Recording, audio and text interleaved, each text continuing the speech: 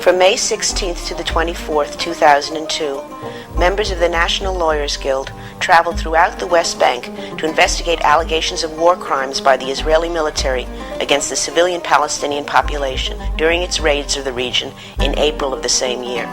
In the delegation's tour of the West Bank cities, it became clear that Israel's claim to eradicate terrorism was a pretext for destroying the infrastructure of a viable Palestinian state and the culture of the Palestinian people. As you just see during your visit here, that the situation is very, very hard situation. The Israeli attacks or the Israeli siege on the Palestinian territories, it had a permanent nature. Now they're trying to sell us back to the 19th century or earlier, doing things that no other occupier ever did. So they're trying to dismantle and fragment the very fabric of our lives. They want to see chaos. The destruction of the Palestinian infrastructure was no more starkly realized than in Ramallah, where many of the ministries of the Palestinian Authority were destroyed, despite the fact that they posed no military threat. The delegation toured the Ministry of Culture. The Israeli military left no office untouched in this six-story building. Soldiers littered the hallway with their feces and collected their urine in bottles that they placed in various locations throughout the building. Computers were destroyed, and hard drives were either stolen or reformatted to erase all their contents. There was targeting, from what we can gather, of key civilian infrastructure. I mentioned that Ramallah is basically, it's the heart of the civilian infrastructure in terms of the West Bank. It's where the key offices for the Palestinian Authority, civilian ministries are located. In Ramallah, Israel destroyed the entire Palestinian civil society. Every government ministry, the databases, the court records, the land registry records, the Palestinian Academy of Science, everything is gone. In other words, the Palestinian Authority's ability to govern has been demolished as well. And the question that should be asked, that Wolf Blitzer never asks anybody, is why? If the point of this campaign was destruction of the terrorist infrastructure, what does demolishing the Ministry of Health have to do with that? Another city that saw significant damage to its civilian infrastructure was Nablus. On April 11th, soldiers entered the courthouse.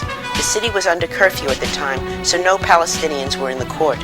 According to neighbors, 14 soldiers entered the court by exploding a side gate and breaking down doors. All rooms were entered. The soldiers ransacked the building, shredding court papers and evidentiary documents. Again, what was hit was a symbol of civil society. And by destroying documents, the Israeli military sought to destroy the efficacy of the Palestinian civil institutions of law and order. Nablus, it's the largest city in the West Bank, and it is the heart, if you like, of the commerce and industry. One of the main industries in Nablus is the production of olive oil-based soaps. Israel destroyed 2 of Nablus's 20 soap factories and damaged several others, threatening the economic well-being of the city. One of the most devastating aspects of the Israeli occupation is the checkpoints and road closures throughout the West Bank. Under the Oslo agreements, Israel was empowered to effect closures in the interests of its security. The closures have resulted in the cantonization of the West Bank. Goods and services from one region cannot travel to another. The development of Palestinian civil society and an economic market, which rely fundamentally on the freedom of movement, are inevitably undermined.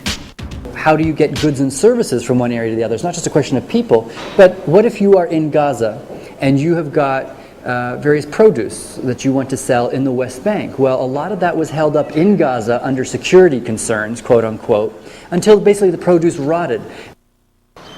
But what it did is first of all, it impoverished the Palestinian population.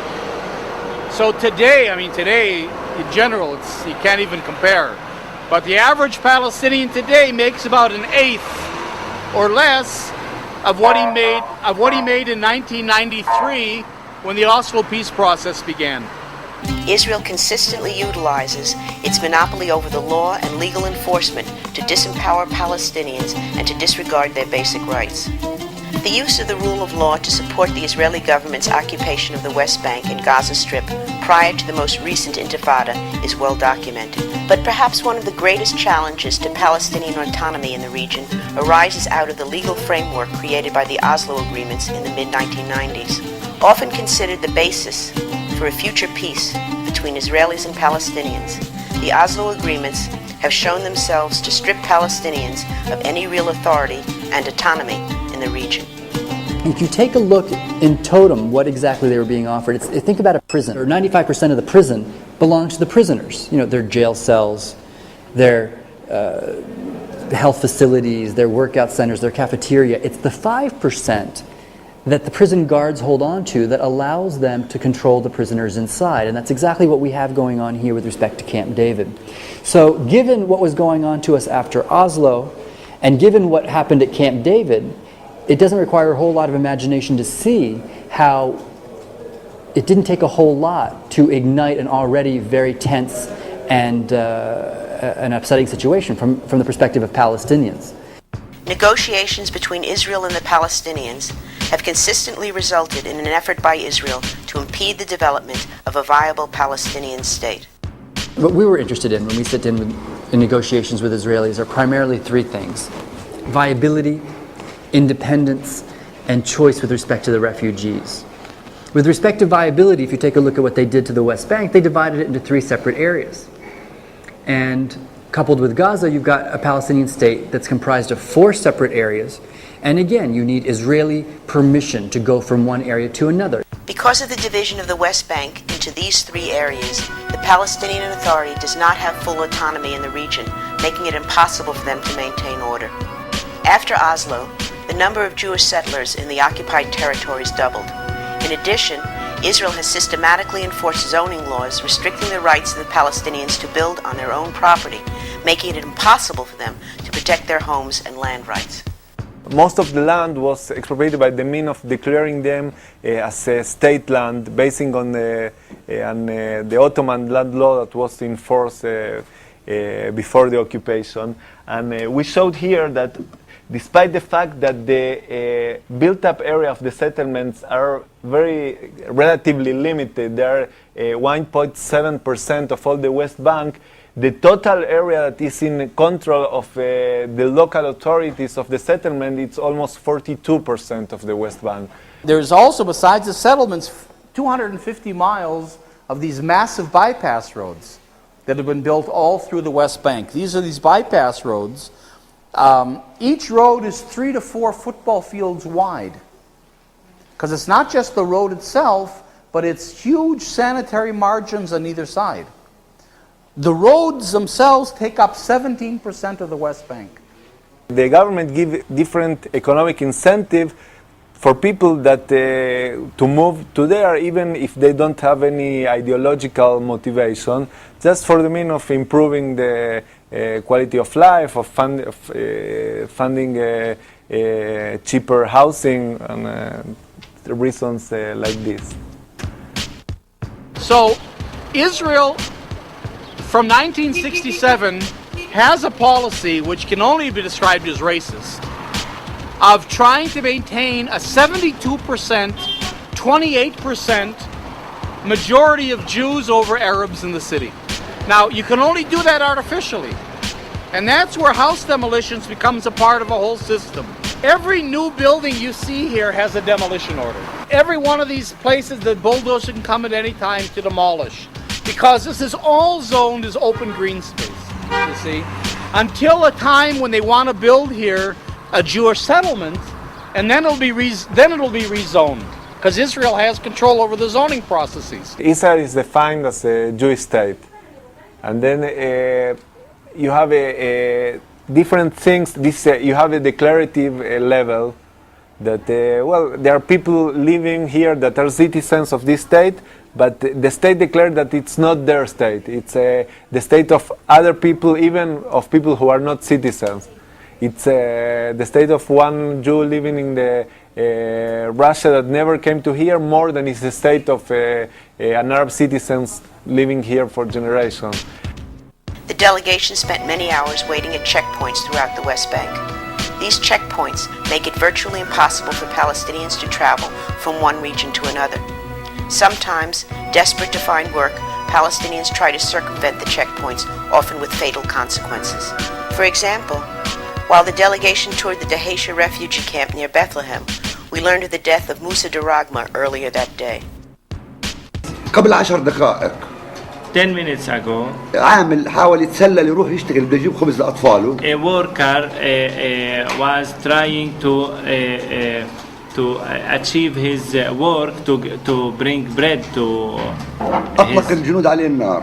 his children. Soldiers shoot him.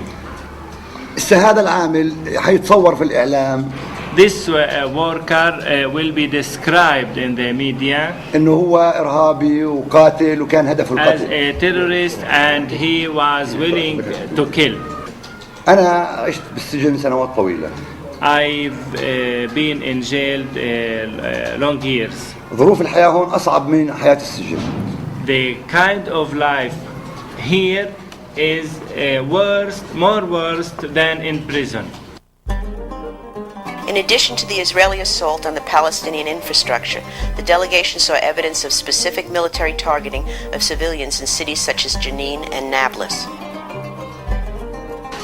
By 29th of March, at least 1,500 people were killed.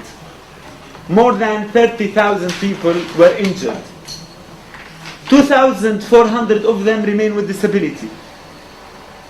Many of them children.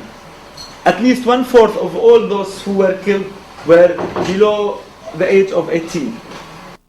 The delegation traveled to the Hawashin district of the Jenin refugee camp, an area that international human rights agencies such as Human Rights Watch and Amnesty International have reported to be the site of massive and severe war crimes by the Israeli military.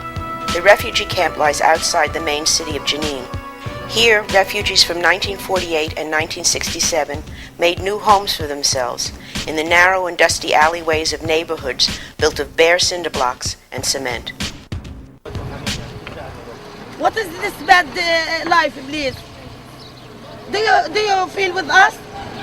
Do you can help us? Oh my God, we have no room. The sand, the stones, we sleep in it. Do you see, please?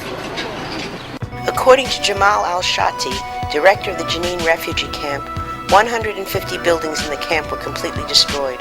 Another 70 buildings were partially destroyed, and 60 buildings were burned by missiles fired from Apache attack helicopters. In total, nearly 500 buildings were affected by the Israeli invasion of the Jenin refugee camp. Most, if not all of these buildings, were residential. بدأت الدبابات والطائرات تقصف المخيم والمدينة. The camp has been bombed by aeroplanes and tanks. ولكن الاستهداف الأساسي كان هو لمخيم جنين. Mainly the bomb has been fallen in the refugee camp. ولا نبالغ إذا قلنا كان هناك مئات من الدبابات. We are not exaggerating if we say hundreds of tanks were surrounding the area. Jamal al-Shati showed the delegation an aerial map of the Jenin refugee camp left behind by Israeli military personnel. The map was created in 1997 and provides a detailed, key-numbered layout of the Jenin refugee camp, its roads, pathways, and buildings. The Hawashin district is outlined in pen on the map. The map indicates that the Israeli military targeted this specific area and, given their use of Apache helicopters, tanks, and bulldozers, intended to destroy the neighborhood. The buildings that fall within the outline were completely destroyed. The destruction of the district was no doubt by prior design rather than by accident. Much reporting has been done on the specific war crimes in the Jenin refugee camp, but very little has been heard about how the Israeli government, acting through its military, denied medical aid to the victims of the Israeli invasion. Such a denial is in direct violation of international human rights law. We have received a lot of calls from patients or from injured people inside the camp, but we cannot do anything because we are forbidden to move, and the ambulances are not